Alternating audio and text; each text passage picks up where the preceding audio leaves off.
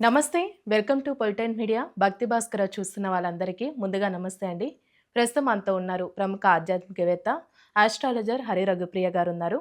మరి అమ్మతో మాట్లాడి మనకున్న సందేహాల గురించి అడిగి తెలుసుకుందాం. నమస్తే అమ్మ. నమస్తే నాన్న. అమ్మ బాగున్నారా? చాలా చక్కగా ఉన్నాను. అమ్మ, ఇప్పుడు మనం ఒక ప్రత్యేకమైన జాతర గురించి మాట్లాడుకోబోతున్నాం. అంటే తెలంగాణ సంస్కృతికి సంబంధించి మనకి బోనాలు అనేది ప్రత్యేకంగా ఎక్కువగా చేస్తూ ఉంటారు. అవును. దాని తర్వాతకి చెప్పాలంటే మనకి ఇప్పుడు మేడారంలో జరుగుతున్న సమ్మక్క సారలమ్మ జాతర. అవునమ్మా. అసలు ఈ జాతరకి సంబంధించిన విశేషాల గురించి తెలియచేయాలమ్మా. దసరాల్లో వచ్చే పండగ మనకి ఇది బోనాలు. ఆ సమయంలో ఈ సమయంలో మాఘమాసంలో వచ్చేది మేడారంలో సమ్మక్క సారలమ్మ తాలూకా జాతర. అయితే ఇది ఎప్పుడు మాఘమాసంలో అనగా ఫిబ్రవరి జనవరి మధ్య ఆ ప్రాంతాల్లో, జనవరి లాస్ట్ వీక్లోను ఫిబ్రవరిలోను ఇంచుమించుగా తేదీలను బట్టి మనకి మారుతూ ఉండి మాఘమాసంలో మాత్రమే ఈ జాతర అనేది చేస్తారు. అయితే ఈ జాతర మనకి కుంభమేళ తరువాత అత్యంత పెద్ద రెండవ జాతరగా దీన్ని చెప్పబడింది అనమాట. అది మన అదృష్టం. మనకి తెలంగాణ ప్రాంతంలో ఈ జాతర అమ్మవార్లు ఇక్కడ వెలిసారనమాట. అది ఈ పండగ విశేషాలు దీన్ని ఇంత ప్రాంతం నలుమూలల నుంచి, నాలుగు వైపుల నుంచి, అంటే రకరకాల ప్రాంతాల నుంచి, దేశ విదేశాల నుంచి కూడా ఈ సమయంలో అమ్మవార్లను దర్శించుకోవడం కోసం వస్తారు. లెక్క పెట్టాలి అంటే కనుక కోట్ల మీద ఉంటారట. అంత పెద్ద జనసందోహం ఉంటుంది.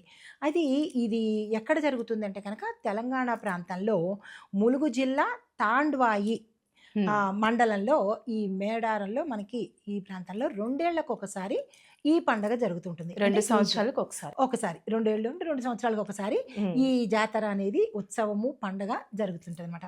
అయితే ఇది గిరిజనుల కోసము ప్రత్యేకమైన పండగ. ఇది వాళ్ళ తాలూకా అలవాట్లు, ఆచారాలు, సంప్రదాయాలు, ఈ అమ్మవార్లు ఇద్దరు కూడా గిరిజనుల ఉన్నతి కోసము, గిరిజనుల సంప్రదాయాల కోసము, వాళ్ళ యొక్క నమ్మకం మీద ప్రత్యేకంగా ఇది గిరిజనుల పండగ అని చెప్పొచ్చు అనమాట. అయితే ఇది మన గవర్నమెంట్ కూడా దీన్ని జాతీయ పండగగా కూడా గుర్తించారు 2014లో. ఇంకా అక్కడి నుంచి మనము సంప్రదాయబద్ధంగా చేసుకుంటున్నాము. అయితే ఇది ఏంటంటే వీళ్ళ సమ్మక్క సారలమ్మ వాళ్ళ యొక్క వీర గాథను స్మరించుకుంటూ ఈ గిరిజనులకు వాళ్ళు చేసినటువంటి ఉపకారం అనుకోండి, మేలు అనుకోండి, వాళ్ళని స్మరించుకుంటూ మనం ఈ జాతర చేస్తాము. అయితే ఈ జాతరలో ఉన్న విశేషం ఏంటంటే కనుక ఇది ప్రాముఖ్యత ప్రపంచంలో అందరిలోకి, అంటే అన్ని పండగల్లోకి అతి పెద్దదిగా చెప్పబడింది. ప్రతి ఒక్కరికి, మారుమూల ప్రాంతాల వాళ్ళకి కూడా మేడారం అంటే ఏమిటి, జాతర అంటే ఈ అమ్మవార్ల గురించి విశేషంగా తెలిసింది. అయితే ఇది మనము ఈ విధానం ఏమిటి, జాతర అంటే జరుగుతుంది, దీనికి ప్రత్యేకంగా విధి విధానం ఏమిటి అంటే కనుక సమ్మక్క సారలమ్మలు చిలకలగుట్ట అనే ప్రాంతంలో, అంటే ఇప్పుడు మన కన్నెపల్లి అంటారు కదా, ఆ ప్రాంతం నుంచి గద్దెల వరకు, అంటే ఈ స్థానం వరకు కూడా వాళ్ళిద్దరినీ ఊరేగింపుతో, ఒక్కొక్కరిగా ఊరేగింపుతో తీసుకొని వచ్చి ఈ గద్దె మీద నిలబెడతారు, స్థాపిస్తారన్నమాట. అయితే వాళ్ళు వచ్చిన సమయంలో, అంటే వాళ్ళని తీసుకొచ్చే సమయంలోనే కోట్లాది భక్తులు వెయిట్ చేస్తారు ఆ సమయంలో ఈ అమ్మవార్లని చూడాలి అనే ఉద్దేశంతో. అయితే ఈ జరిగే విధానము మనకి పూజారులు ఎలాంటి పూజ చేస్తారు అంటే కనుక ప్రత్యేకంగా దీనికంటూ విధి విధానంతో గిరిజనులే పూజారుల కింద, అంటే వాళ్ళే పూజలను నిర్వహిస్తూ ఇక్కడ బెల్లాన్ని మనము బంగారం కింద చెప్తారట. ఆ తల్లికి బెల్లం అంటే చాలా ఇష్టం అంట.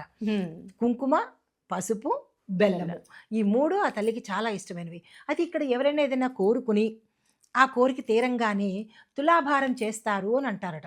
నేను కూడా మొన్న వెళ్ళి చూసొచ్చాను జనవరిలోని. అయితే ఎవరి కోరిక అయితే ఉంటుందో ఆ వ్యక్తి తాలూకా కోరిక తీరంగానే ఆయనంత బరువు, అది ఆ వ్యక్తి అంత బరువు బెల్లాన్ని సమతూకంతో చేసి అమ్మవారికి నైవేద్యంగా చేస్తారనమాట. దీన్ని తులాభారం అంటారు. ఈ తూచే బెల్లాన్ని బంగారం అని చెప్తుంటారు అనమాట. అయితే ఈ గిరిజన సంస్కృతి, సంప్రదాయాలు, ఈ చరిత్ర వెనక ఉన్న వీర గాథల గురించి ఈ జాతర నిలువుటద్దం పడుతుంది. అంటే అక్కడ చాలామంది మనకి చూస్తే ఎక్కువగా గిరిజన ప్రాంతీయులు, గిరిజనులే మనకు అక్కడ కనబడుతూ ఉంటారు.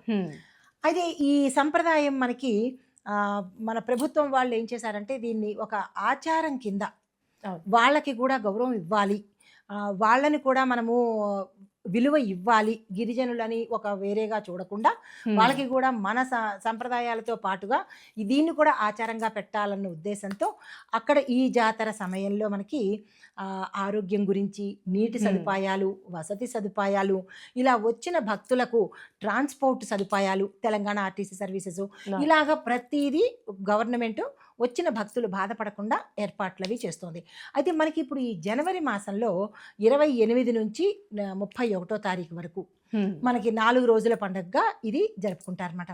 అయితే ముఖ్యమైన సంఘటనలు ఏమిటి ఈ జాతరలో అంటే కనుక పగిడిగిద్దరాజు, గోవిందరాజులు వీళ్ళిద్దరూ ఏం చేస్తారంటే ముందుగా ఈ జాతర సమయానికి వచ్చేస్తారు. వాళ్ళు వచ్చే సమయం మొదటి రోజున వాళ్ళు మేడారం నుంచి గద్దె మీదకి ముందు వీళ్ళిద్దరూ వచ్చేస్తారు.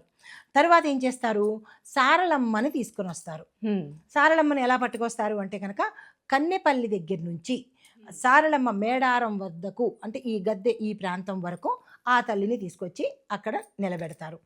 ఆ తర్వాత మండమెలిగే అనే ఒక ఆచారం ఉంది. అదేంటంటే అమ్మవార్లకు పసుపు కుంకుమతో ముందు పూజలు, స్నానాధికాలు, అభిషేకాలు అవి చేసేస్తారు. చేసేసిన తర్వాత అప్పుడు నిత్యకూర్చంలో వాళ్ళ ప్రాంతాన్ని తాలూకా ఆచారాలను బట్టి వీళ్ళకి పూజ చేస్తారు. దాని తర్వాత ఇది ఒక పండగ అనేది కాకుండా మీరు గమనించారో లేదో విగ్రహాలు అనేది అక్కడ ఉండదు. నేను చూసి ఆశ్చర్యపోయాను ఫస్ట్ టైం నేను చూడడం వెళ్ళినప్పుడు. అక్కడ విగ్రహం ఎక్కడా కనపడలేదు. కాకపోతే ఒక చెట్టు మానులాగా కనిపించింది అంతే. అయితే దీన్ని ప్రకృతిని పూజించుకోవడము, ఇది ప్రకృతి పండగ అని కూడా అక్కడ వాళ్ళు చెప్పారు. అది కూడా వాస్తవమే. అంటే ఆ తల్లులిద్దరినీ కూడా మనము ఒక చెట్టు మాను ఆకారంలో దర్శనం చేసుకుంటాం అనమాట. అయితే ఈ పండగ గిరిజనులు వాళ్ళ పండగ కాబట్టి వాళ్ళ సంస్కృతికి విలువనిస్తూ మనం ఈ ఆచారాన్ని 2014 నుంచి మొదలుపెట్టి ఇప్పటికీ కూడా కొనసాగిస్తున్నాము. కోటాను కోట్ల భక్తులు అక్కడికి వస్తారు.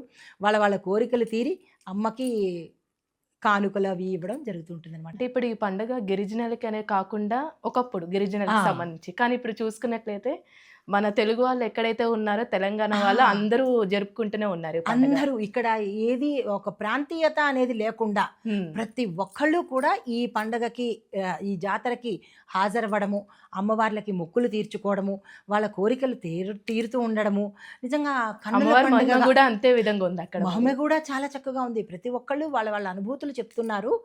ఎంత అద్భుతంగా అనిపించిందంటే నిజంగా ఇది సాక్షాత్తు ఆ తల్లే అక్కడ వచ్చిందా, మొర ఆలకిస్తోందా, భక్తుల కోరికలు తీరుస్తోందా అన్నట్టుగా అది నిజంగా అది వైభవమే. అది ఆ తల్లి సాక్ష్యం కూడా అంటే నిజంగా అక్కడ ఆ తల్లి ఉన్నది అని ఎన్నో మాటల్లో కానీ వాళ్ళు చెప్పిన అనుభవాల్లో కానీ బాగా తెలుస్తోంది అనమాట. చాలా చక్కగా తెలియజేశారమ్మా. ధన్యవాదాలు. నమస్తే నాన్న.